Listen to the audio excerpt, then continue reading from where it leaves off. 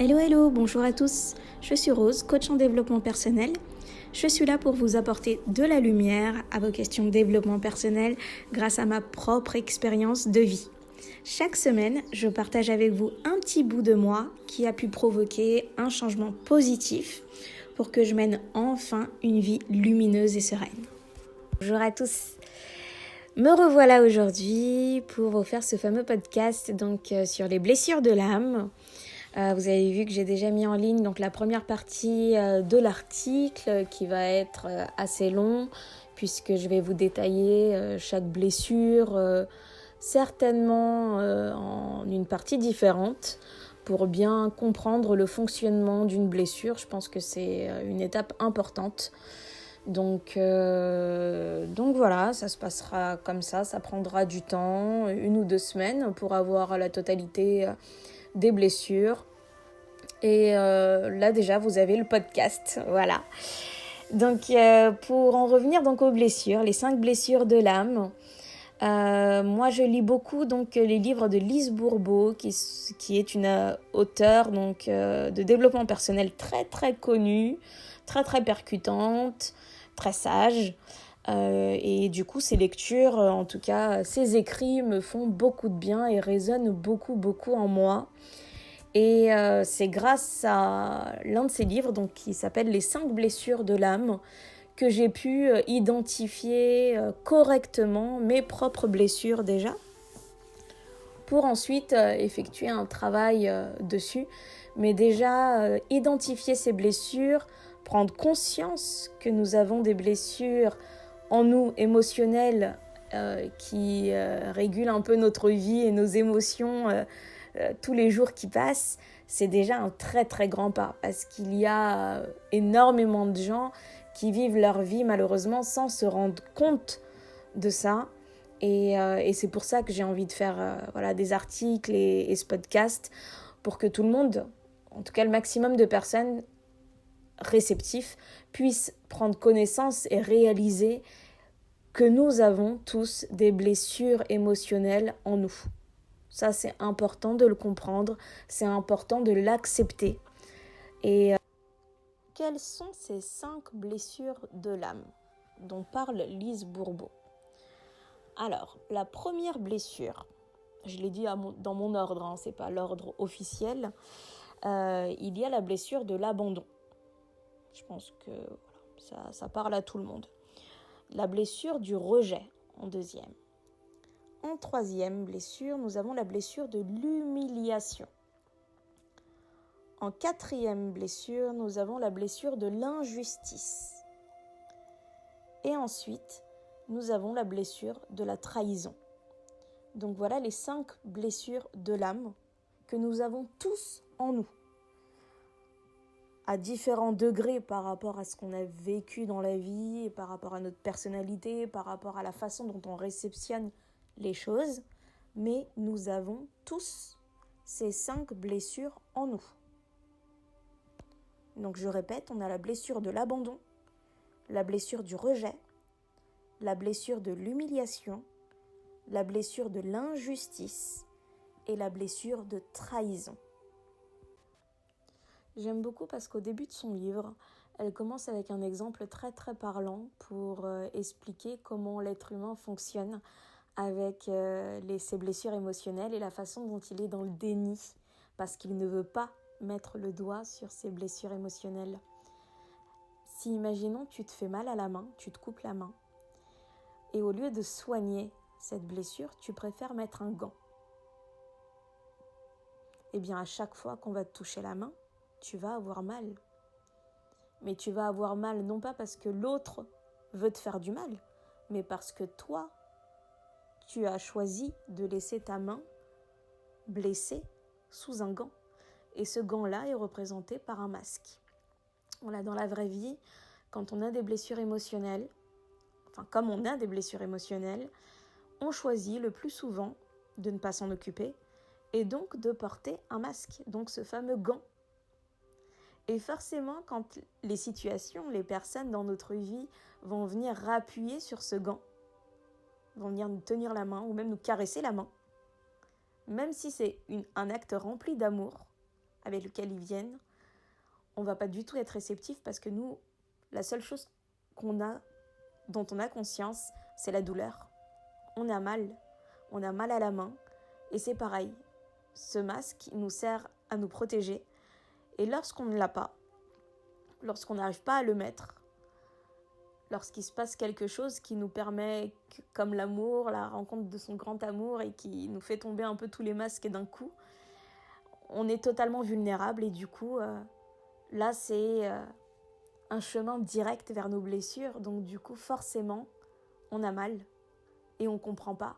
Mais en fait, la vie fait en sorte, pour ce sujet de l'amoureux, que tu es le conjoint parfait pour justement réveiller et travailler tes blessures émotionnelles.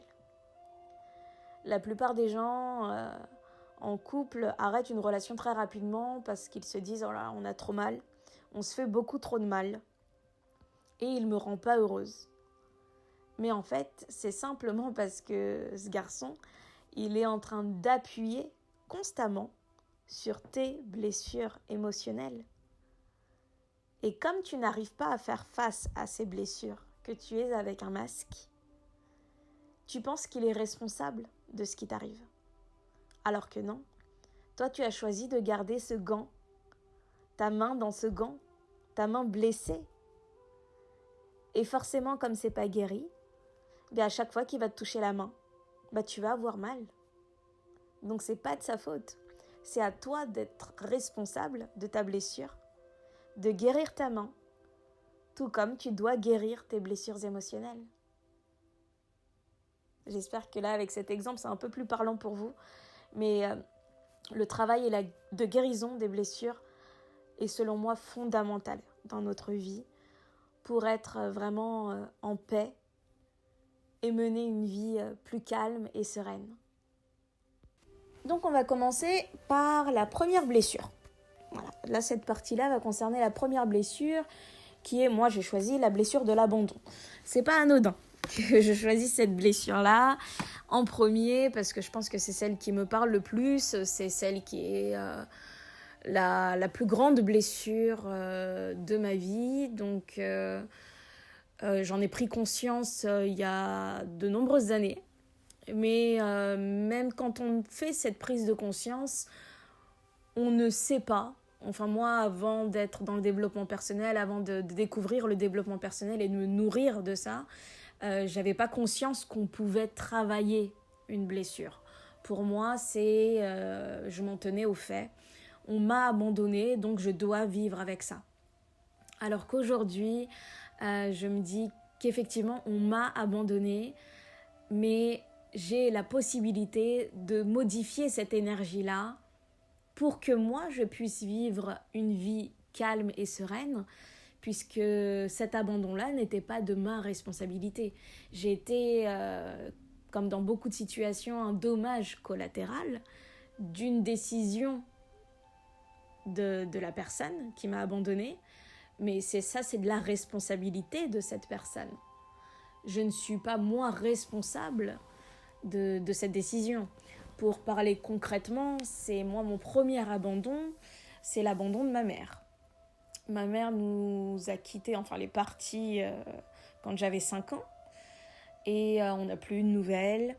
Et du coup, se construire sans ce pilier aussi important dans la vie et avoir une défaillance aussi importante, une perte d'équilibre aussi importante dès le départ de ta vie, forcément, les relations que tu vas avoir dans la vie, que ce soit amicale, amoureuse, professionnelle, etc., cet abandon va résonner dans toutes tes relations, en fait. Ça, j'en ai pris conscience aussi il n'y a pas très longtemps, qu'effectivement, ce premier abandon-là a été tellement fort, tellement puissant, qu'effectivement, il a résonné sur plusieurs de mes relations. Et je sais qu'aujourd'hui, même si ma mère m'a abandonnée, ce n'est pas de ma faute, déjà. Je ne suis pas coupable de ça, je ne suis pas responsable de cette décision. C'est une adulte qui a pris sa décision. C'était sa responsabilité, le fait de partir. Et la conséquence, c'est effectivement que moi, j'ai développé une blessure. Ce qui est impressionnant, c'est que lorsqu'on est touché par une blessure, donc là par exemple moi en l'occurrence la blessure de l'abandon avec le départ de ma mère, d'autres blessures se sont réveillées en même temps, se sont créées à ce moment-là en même temps. Parce que la deuxième blessure, c'est la blessure de rejet. Et forcément, quand on est abandonné, on se sent rejeté. Voilà. Même si ma blessure de l'abandon est plus forte, eh bien ma blessure de rejet a quand même été créée. Et du coup, j'ai quand même évolué dans le monde avec cette blessure-là. Et comme ça ne touche pas que 2 blessures, j'ai également la blessure de la trahison, puisque tu es trahi par l'une des personnes qui est censée être ton pilier et qui logiquement, dans le schéma classique de la vie d'aujourd'hui et dans le schéma d'une famille, c'est une personne, une maman qui ne te quitte pas logiquement. C'est ton pilier jusqu'à la fin de ta vie logiquement. Et comme j'ai pas eu cette chance et qu'elle a fait le choix, elle, de partir, eh bien, effectivement, il y a ma blessure de trahison également qui a été ouverte. Mais moins forte que l'abandon et le rejet, donc en 3e position. Et ensuite, on a la blessure donc, de l'humiliation. On se sent humilié. C'est une façon de nous dire tu comptes pas assez pour que je reste avec toi. Alors que je suis sa création quand même. Et ça, c'est humiliant. C'est humiliant. Même si c'est une blessure très faible par rapport à l'abandon, au rejet et la trahison, cette blessure est quand même ouverte en même temps. Et enfin, la dernière blessure, celle de l'injustice, ça rejoint un peu l'humiliation. Voilà, une maman, elle est censée rester avec nous et quand j'ai grandi et j'ai évolué dans le monde et que j'ai vu et que j'ai assisté à certains divorces, certaines séparations de mes camarades et que c'était le papa qui partait, je le ressentais, ma blessure d'injustice était encore là, enfin se ravivait à chaque fois. Parce que je me disais que moi, dans ma situation, c'est la maman qui est partie. Et je suis restée avec le papa. Donc vous voyez comme quoi une situation peut réveiller et réveille chacune de nos blessures en fait. Et là, je vous parle de tout ça parce que c'est pour vous expliquer la base de la création de mes blessures. Voilà, de 0 à 5 ans, j'ai eu une vie assez dorée, une enfance dorée. Je ne manquais de rien, pas d'amour, pas d'affection, enfin il me manquait rien. Et vraiment, j'étais comblée sur tous les plans. Et à partir de mes 5 ans, quand j'ai eu cet acte-là, cette situation, cette expérience de la vie, du départ de ma mère, eh bien vous voyez, mes 5 blessures se sont ouvertes et se sont créées en même temps, à des degrés différents, voilà, mais elles sont ouvertes. Et tant que je n'avais pas entrepris, de toute manière, la démarche de les reconnaître, de les identifier, de les accueillir et de les travailler, eh bien effectivement, ce sont des blessures qui, au fur et à mesure de ma vie, de mon parcours, ont été alimentées. C'est des blessures qui ont été alimentées. Donc forcément, l'abandon, à chaque fois que je perdais une copine ou que je perdais un petit ami, pour moi, c'était la fin du monde. Et oui, c'était la fin du monde. Je pensais à des choses comme le suicide, etc. Pourquoi ? Parce que pour moi, c'était inconcevable qu'on puisse m'abandonner encore et encore. Et je ne faisais même pas le lien à ce moment-là parce que je n'étais pas assez consciente des choses. Je ne faisais pas le lien avec l'abandon de ma maman. Pas du tout, pas du tout. Pour moi, c'était un abandon nouveau à chaque fois. Alors que si la blessure était aussi forte, aussi puissante à chaque fois, et au fur et à mesure que je grandissais, c'est parce que tout simplement, je collectionnais inconsciemment toutes ces expériences pour alimenter ma blessure d'abandon. Donc forcément, plus je grandissais, plus la blessure était grande et plus mes réactions étaient intenses et étaient fortes, au point que je ne pouvais plus le supporter. Parce que je n'avais pas conscience du cheminement que j'aurais pu faire, que je devais faire. J'étais dans un mental où c'était une fatalité.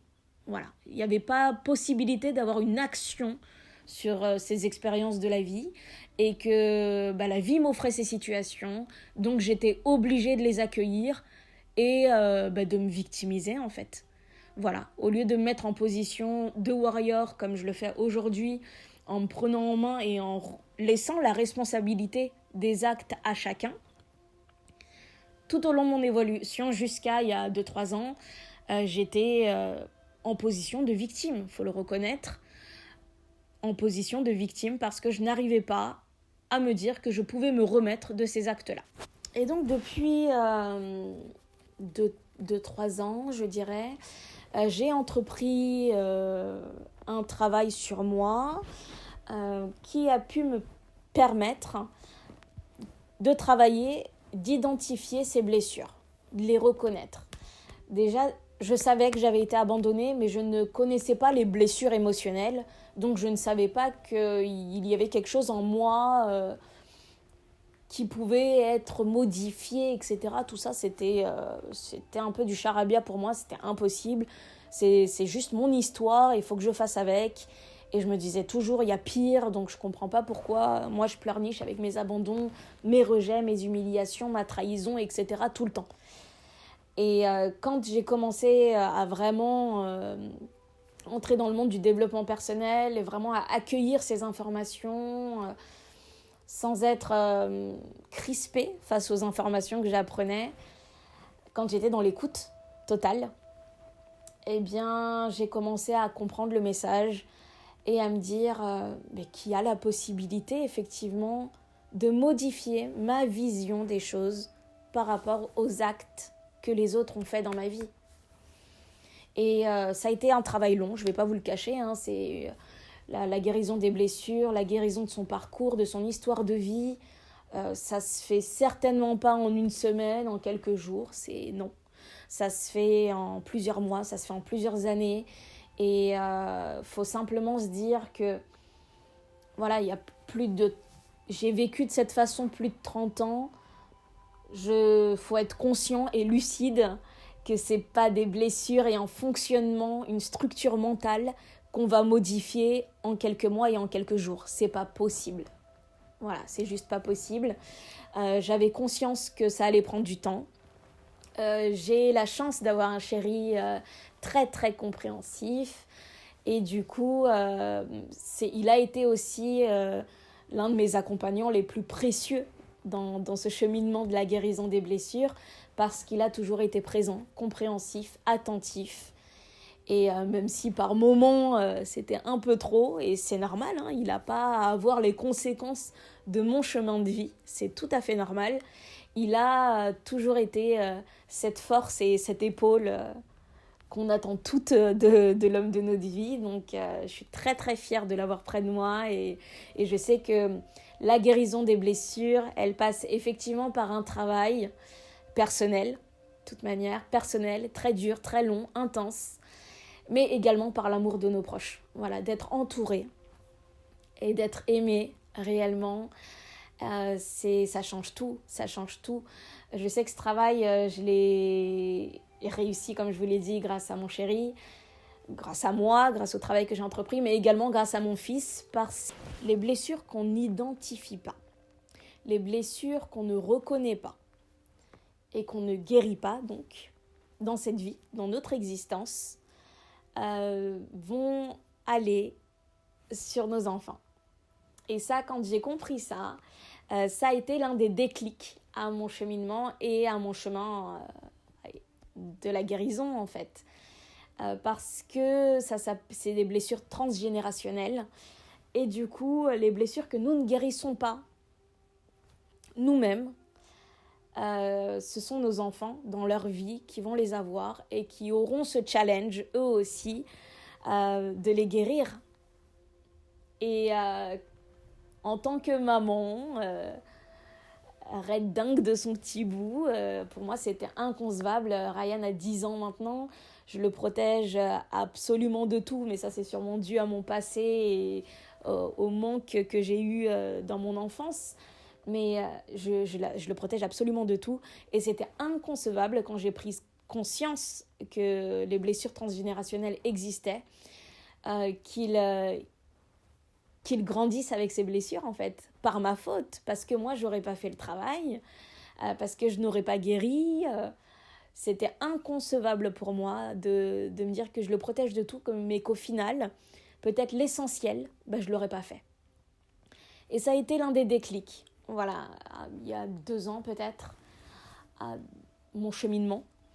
Et aujourd'hui, après une dernière année très très compliquée, l'univers m'a envoyé que des expériences qui ont fait que je connaisse et qui rappuient vraiment mes blessures, de l'abandon, du rejet, de la trahison, de l'injustice. J'ai réussi à mettre en place un travail correct sur chaque blessure, à les accueillir, à les accepter et à les guérir. Et ça n'a pas été de tout repos. Émotionnellement, c'est très compliqué. C'est très très compliqué parce que c'est pas physiquement, ça nous prend beaucoup d'énergie également. Mais c'est un travail nécessaire. Aujourd'hui, je sais que je suis sortie de ça. Après, les blessures, on ne les guérit jamais à 100%, je pense. Il reste toujours des petites traces, des petites séquelles. C'est normal qu'il reste des séquelles de ces blessures. Mais je vis plus en accord, en fait. Je suis plus en accord avec ma vie. J'ai remis à chaque personne la responsabilité de ses actes. J'ai accepté, moi, d'être le dommage collatéral de certains choix et certaines décisions de la vie des autres. Et que je ne suis pas responsable de tout ce qu'ils font. Je voudrais consacrer également une petite partie au masque que nous avons par rapport à nos blessures. Je vous ai parlé du gant tout à l'heure, que l'on met dans la main pour éviter de voir et de soigner la blessure que nous avons. Eh bien, pour chaque blessure émotionnelle que nous avons, on choisit un masque qui est répertorié, selon Lise Bourbeau, de cette façon.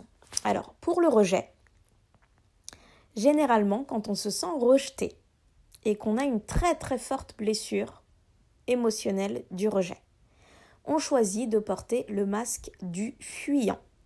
Quelqu'un qui fuit constamment, qui n'arrive pas à s'engager, qui fuit toute responsabilité, qui fuit constamment dans sa vie en fait, dans tous les domaines, c'est quelqu'un qui a la blessure du rejet ouverte. Voilà. Ça, il faut associer, en fait, je pense, chaque comportement à une blessure. Parce que cette personne, elle ne veut pas nous faire du mal, elle ne cherche pas à faire du mal, c'est juste sa façon de se protéger. Un masque, c'est une carapace, c'est ce qu'on essaye de mettre en place et ce qu'on met en place pour se protéger, parce qu'on a peur. Un masque, généralement, on le met parce qu'on a peur. On ne veut pas être vulnérable, on ne veut pas être authentique. On choisit de ne pas l'être et de porter un masque. Donc le masque du fuyant, pour ceux qui ont la blessure du rejet en première grosse blessure. Ensuite vient la blessure de l'abandon. Là, quand on est abandonné et que notre blessure de l'abandon est la plus forte, on a le masque du dépendant. Voilà, on est dans une dépendance affective incroyable parce qu'on a cette peur de l'abandon. Cette peur est tellement forte que oui, on va être dépendant de nos parents, on va être dépendant de nos amis, on va être dépendant de notre chérie et on va être dépendant de tout le monde. Parce que pour nous, la définition de l'amour, c'est « s'il te plaît, me quitte pas en fait, jamais, jamais, ne pars pas à aucun moment » tellement cette blessure de l'abandon est forte. Donc on porte le masque du dépendant.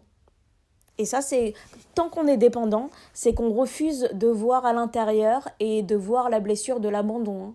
C'est un masque qu'on porte.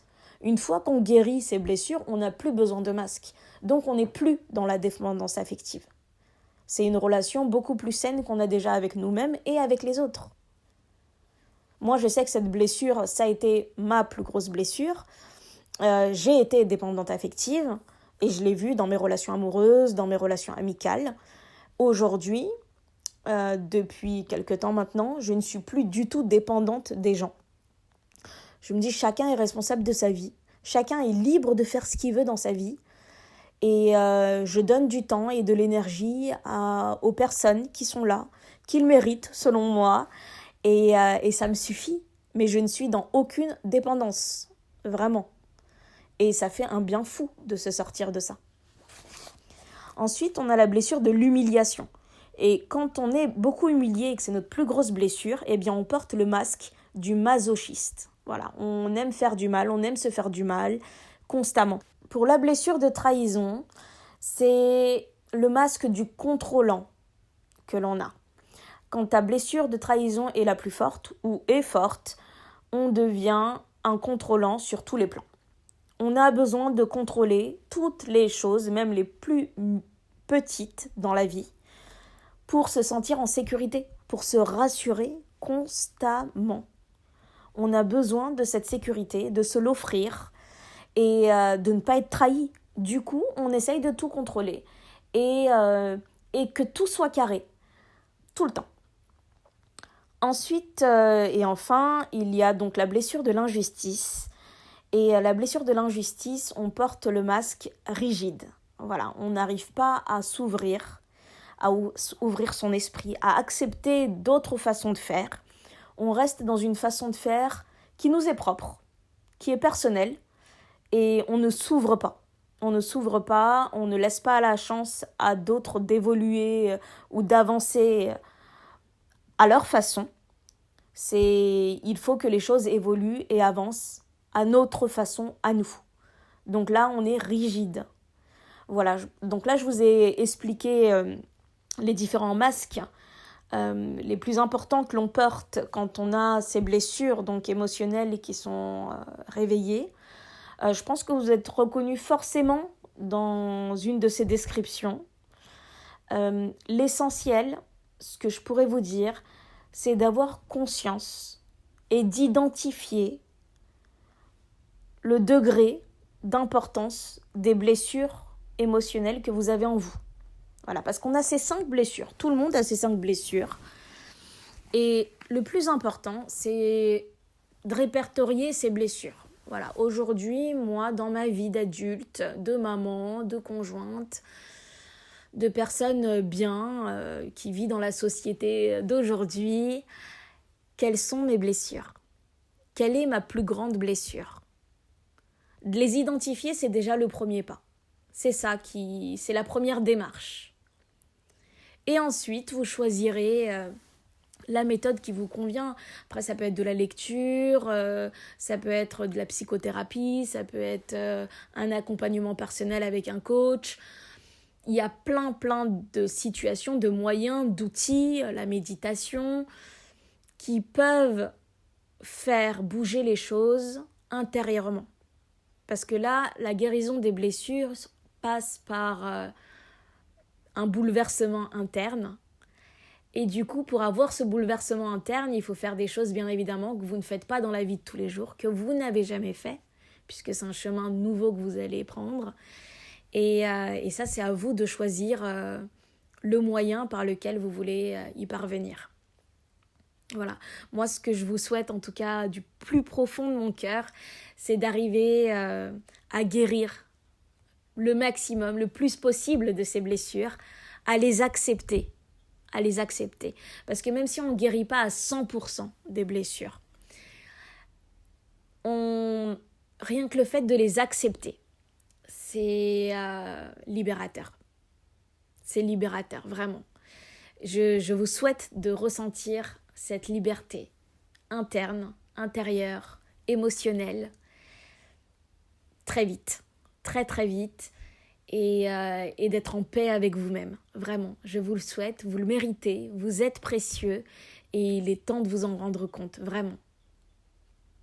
Et j'ai envie de rajouter aussi qu'il faut être conscient que tant que nous n'avons pas effectué ce travail de guérison des blessures, la vie fera en sorte de vous répéter, de vous offrir les mêmes genres de situations qui vont raviver ces blessures. Voilà, ça, il faut être lucide et il faut l'accepter. Tant que vous n'avez pas guéri, tant que vous n'avez pas identifié, accepté la présence de ces blessures en vous, la vie fera en sorte de vous envoyer les mêmes situations pour que vous ressentiez la même souffrance, pour que cette blessure soit rouverte à chaque fois. Parce que le but de la vie, quand elle vous envoie ces expériences similaires tout le temps, en vous disant des fois « mais je répète le même schéma, c'est incroyable ». Mais oui, tu répètes le même schéma, c'est pas incroyable, c'est que c'est nécessaire. C'est nécessaire à ta progression, à ton évolution dans le monde en fait. C'est nécessaire que tu répètes le même schéma pour qu'à un moment, tu te décides à ne plus agir de la même façon. Et là, en fait, le moment où on choisit de ne plus agir de la même façon, c'est le moment où on a identifié sa blessure, qu'on a compris notre fonctionnement. Ah, mais en fait, je réagis comme ça à chaque fois qu'il se passe ça. Mais j'ai la même réaction. Et c'est pour ça que je me sens aussi mal. Mais si maintenant, la prochaine fois qu'une situation se présente de la même façon, je réagissais autrement, si moi je changeais ma façon de réagir, eh bien c'est exactement ce que l'univers attend de vous en fait. C'est exactement ce qu'on attend de vous. Et c'est par ça, par ce fonctionnement-là, par ce déclic, que vous allez guérir vos blessures. Donc pour guérir vos blessures, il faut avoir cette prise de conscience et vous dire que la vie, si elle vous envoie ces mêmes situations difficiles, tout au long de votre parcours de vie, c'est pour justement qu'à un moment, vous choisissez de réagir autrement. Et c'est tout ce qu'on attend de vous pour que justement vous évoluez dans le monde plus sainement. Et pour entamer ce processus d'identification et de travail de ces blessures émotionnelles, il faut déjà, selon moi, repartir à la base de ces blessures émotionnelles. Ça veut dire mettre le doigt sur le moment où ces blessures ont été créées dans votre vie. Parce que mettre le doigt sur ce moment-là, cette situation-là, va vous aider à comprendre déjà quand est-ce que cette blessure s'est ouverte en vous. Et vous accepterez plutôt plus facilement le fait que cette blessure-là a été nourrie tout au long de votre parcours. Cette blessure est nourrie tout au long de notre vie. Ça, c'est important de le réaliser. C'est important de le comprendre qu'une blessure, tant qu'on ne l'identifie pas et tant qu'on ne choisit pas de la prendre par la main et de l'accueillir et de la soigner, eh bien, elle sera nourrie. La vie nous enverra toujours des situations qui vont nourrir cette blessure en espérant qu'un jour, on puisse arrêter avec ce statut de victime. Moi, j'ai fait tout ça par écrit. J'avoue, c'était l'année dernière. J'ai pris plein de papiers et j'ai écrit vraiment l'évolution de ma blessure pour la regarder en face. Donc elle a été créée là, il s'est passé ça, après tout au long de ta vie, il s'est passé ça, qui ont nourri cette blessure. Et du coup, d'avoir ça devant les yeux, ça nous permet d'être plus lucides sur le pourquoi de notre comportement actuel et de prendre conscience de cette blessure. Écoutez, moi je vais vous laisser là parce que je pense que j'ai fait le tour en vous expliquant avec mon histoire personnelle et mon cheminement ce que j'ai fait pour identifier ces blessures, accepter ces blessures et guérir ces blessures. Voilà, on peut en discuter si vous le souhaitez plus en détail par rapport à votre parcours personnel si vous voulez. Vous pouvez me contacter sur Messenger ou sur Instagram, n'hésitez surtout pas. Et d'ici là, prenez bien soin de vous. Voilà, faites de vous votre priorité, pensez à vous, laissez à chacun la responsabilité de ses actes et essayez d'être le plus authentique possible, tout simplement. Voilà, j'espère que ce podcast vous aura fait du bien. Je vous embrasse. Voilà, là, je suis remplie d'amour et de gratitude d'avoir fait ce podcast. parce que je me dis que c'est une belle revanche sur la vie quand même d'être capable d'être arrivée à ce stade et j'en suis fière. Donc voilà, je partage tout ça avec vous. Je vous souhaite une très bonne journée et je vous dis à très bientôt pour un nouveau